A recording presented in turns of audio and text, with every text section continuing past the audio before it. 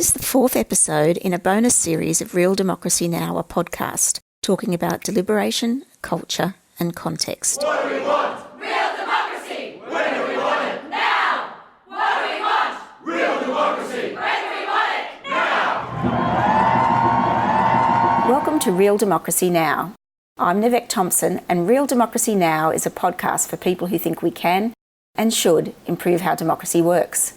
This podcast looks at democracy from different angles to help you think about how democracy might be improved.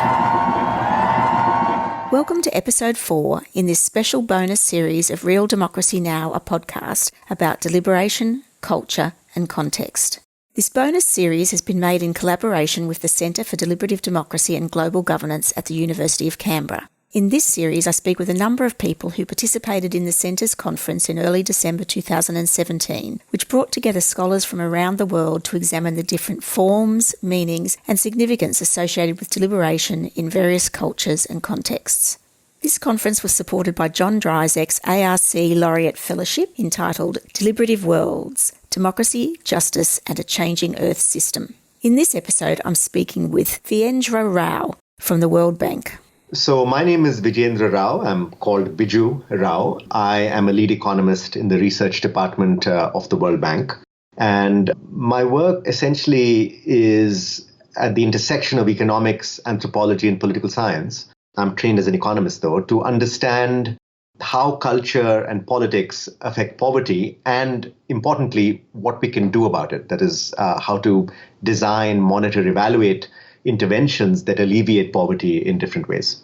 I spoke with Biju about his paper, Deliberative Inequality, a text-as-data study of Tamil Nadu's village assemblies, which he presented on day 2 of the conference. You've come along to the Centre's Deliberative Culture Conference and presented a paper which I understand it was called Deliberative Inequality, a text-as-data study of Tamil Nadu's village assemblies. Could you tell us a bit more about the work behind that and what your findings were? So this is part of a larger body of work that I'm working on village democracy in India, which is sort of a very interesting and I think important institution.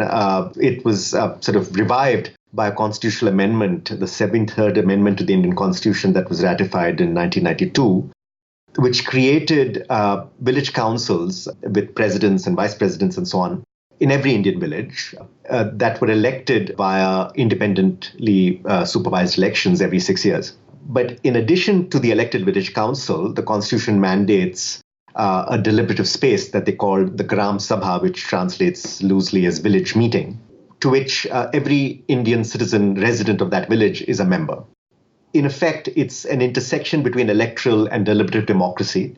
And because it affects over 800 million people in about 2 million villages in India, it's the largest deliberative institution in human history. The other reason it's interesting is because the Constitution again mandates that 1/3 of all seats of village councils and village presidencies are reserved for women to redress gender inequality. And similarly, a proportion of seats is reserved for Dalits, that is underprivileged castes in India, to redress caste inequality. So that has generated a whole body of research from a variety of people. At the moment, my particular interest is in understanding how the deliberative space, the Gram Sabha, works. So that's what I was studying in this paper, and I've done other work in other parts of the country about that. But this particular paper records 100 Gram Sabhas, all held on 26 January 2014 in the state of Tamil Nadu, which is in southern India, and takes those recordings, transcribes them into Tamil, which is the language that they speak in, and then translates the Tamil into English so that you can use standard techniques to analyze it. The paper has 2 contributions. One is substantive, one is methodological. Methodologically, the contribution it's basically big data. It's, these are 100 transcripts each of meetings that last between an hour and 2 each. So it's reams of paper.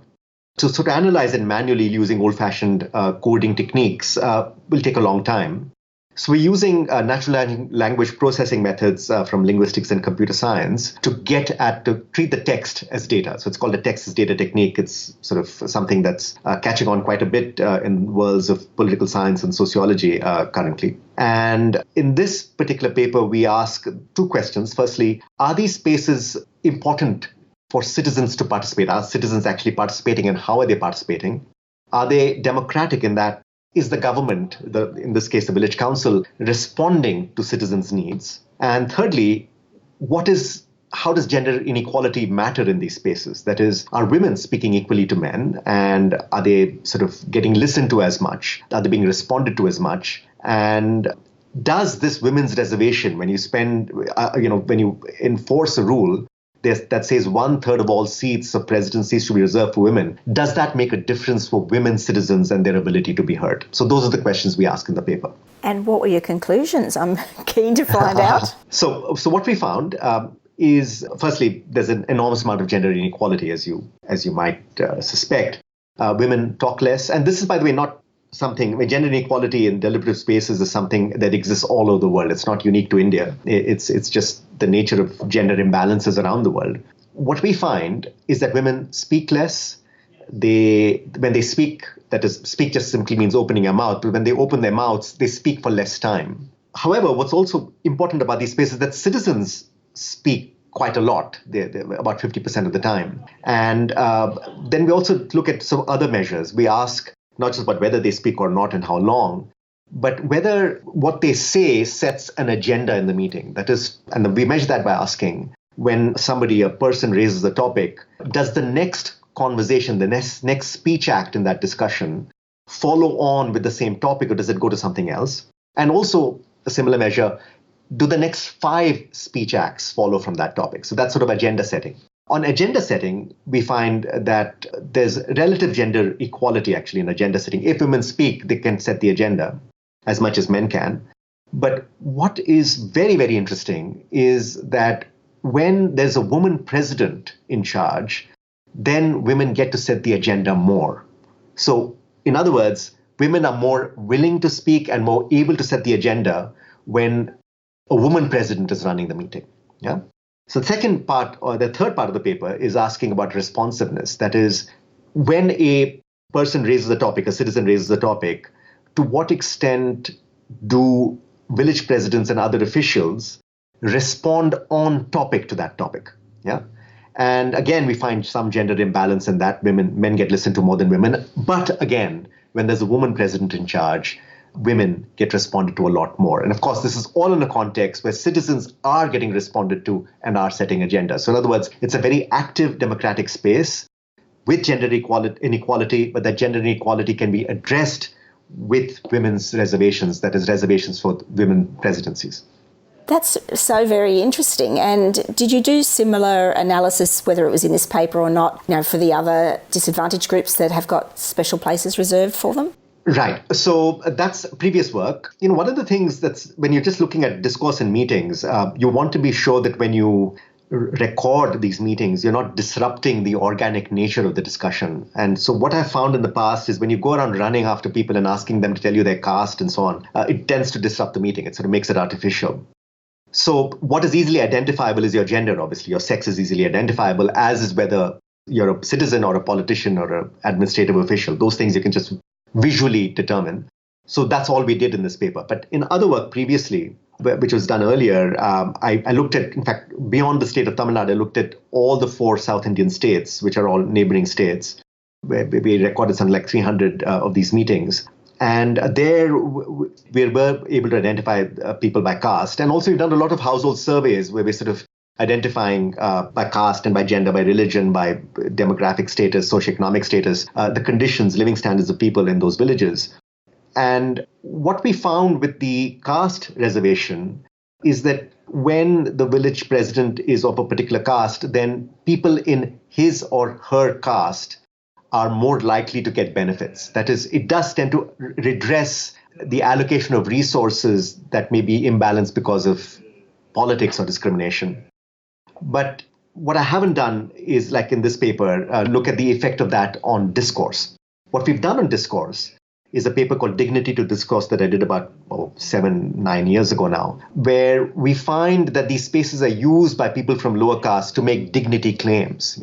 That is, while there's a lot of the discussion is about actual stuff, resource allocation, there is a fair amount of conversation, discussion that goes on in these meetings about symbolic claims, trying to redress some of the social imbalances in society. And you find people from lower castes saying things, transgressing boundaries in ways that they wouldn't necessarily do outside that space, which is very, very interesting because it's a way by which you're using deliberation to create social equality in a form of a social movement, a mini social movement in that village from those activists and those citizens who are attending the meetings.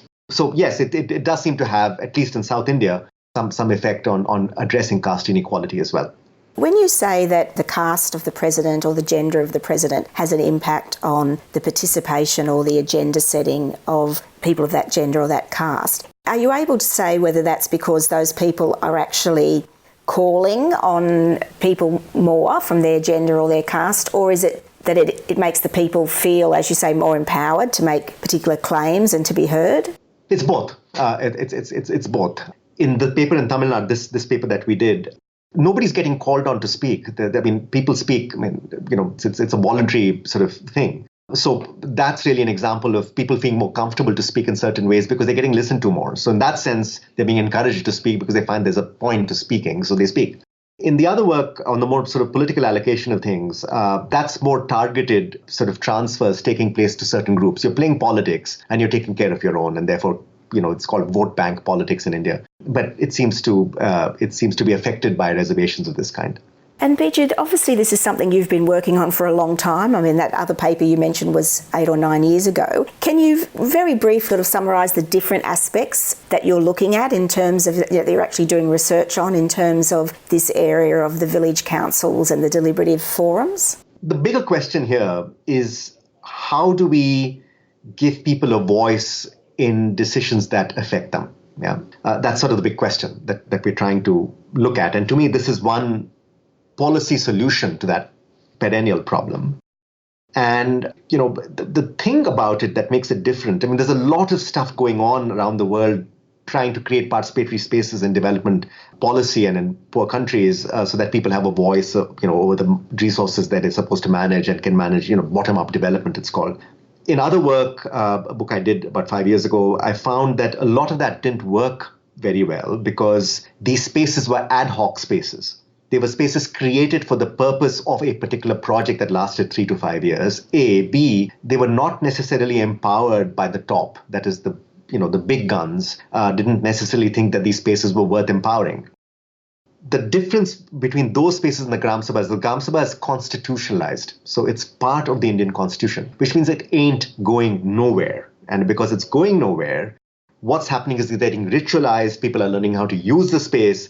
So I've been studying these things now for almost 15 years, and I find that over time, the spaces are getting more and more and more effective. So, of course, there's enormous diversity in India. Some places do a lot better than others. So some of the work I'm doing is sort of trying to do comparative work, trying to see whether policy can affect how effective these spaces become, what the state government does to empower those spaces, and find that it matters an awful lot. Other work is about seeing how literacy matters. There's very high levels of illiteracy in these villages. So as literacy improves, does deliberation improve? And the answer is to some extent. And that's coming out in a book, I hope, in the next 6 months, that's looking at the older data from 2004. In future episodes in this bonus series, I'll be speaking to other people who presented at the conference about their papers, as well as speaking to some of those who were on the final roundtable, reflecting on the conference overall. I hope you'll join me then. Thanks for listening to Real Democracy Now! You can find more about today's topic in the show notes at www.realdemocracynow.com.au. If you enjoyed this program, please subscribe to this podcast, write a review, share the podcast with your friends, and join the conversation on the webpage or on Facebook or Twitter. I'd love to know what you think is the essence of a real democracy.